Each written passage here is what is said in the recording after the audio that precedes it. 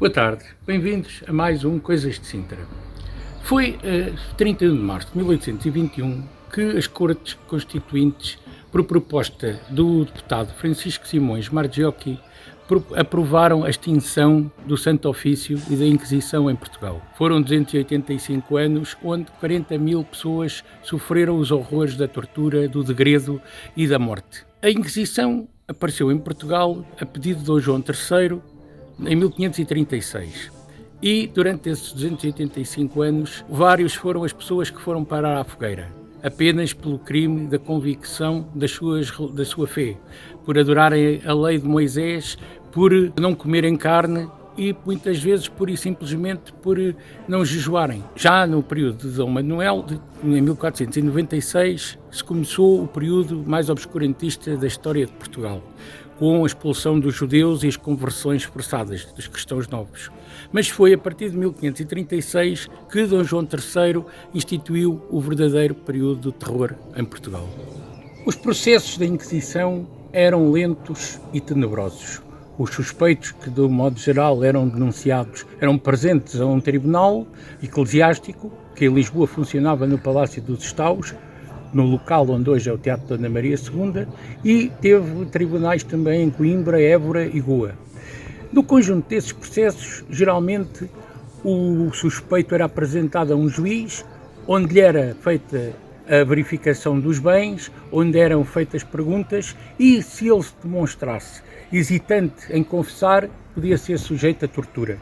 A tortura mais usual naquela época era o pelé, em que ele era içado com umas cordas e, à medida que se mostrava renitente em confessar, era projetado para o chão e os membros, os músculos partidos, ou o chamado potro. O potro era um instrumento onde os membros inferiores e superiores da vítima eram atados a cordas e que iam sendo esticadas até que às vezes o corpo era despedaçado, caso não confessasse. Uma vez considerado culpado, podia ser aplicada uma de várias penas. O degredo para as colónias, para São Tomé, para a Guiné ou para Angola, penas de açoitamento e, em última análise, o queimado na fogueira. Fazia-se então uma procissão em que os presos eram entregues à justiça civil, porque para todos os efeitos a religião não aceitava a morte, e então eles eram relaxados à justiça civil, organizava-se uma procissão e era feito o auto de fé, normalmente no Terreiro de Paço.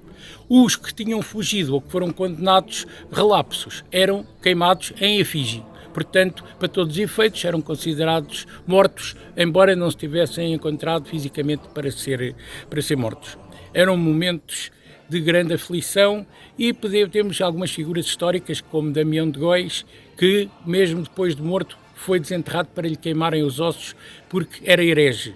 As penas geralmente decorriam da prática do criptojudaísmo, de se comer carne de porco, de lebre ou de peixe com pele, de se lançar água à passagem de um funeral que era sinal de criptojudaísmo e de respeitar a lei de Moisés, nomeadamente os feriados do Kippur, de rezar salmos a Esther e seguir o Antigo Testamento. Foram momentos que, felizmente, em 1821, uma sociedade civilizada como a portuguesa, que foi a primeira a abolir a pena de morte, foi também precursora na extinção deste tenebroso instrumento de tortura, de poder e de submissão. Em Sintra, onde chegou a haver uma comunidade judaica relevante na vila, também alguns simpliciados constam nos processos detectados nos arquivos. Pode-se dar o exemplo, em 1542, de um Duarte Gonçalves, sapateiro de 70 anos, em 1637 de Diogo Santiago, que também foi relaxado para a justiça civil e queimado, e uma família de pelo menos 4 elementos, os Mesas de Lemos, aqui de São Pedro do Arrabalde, que em 1657 e 58 também foram conduzidos à fogueira.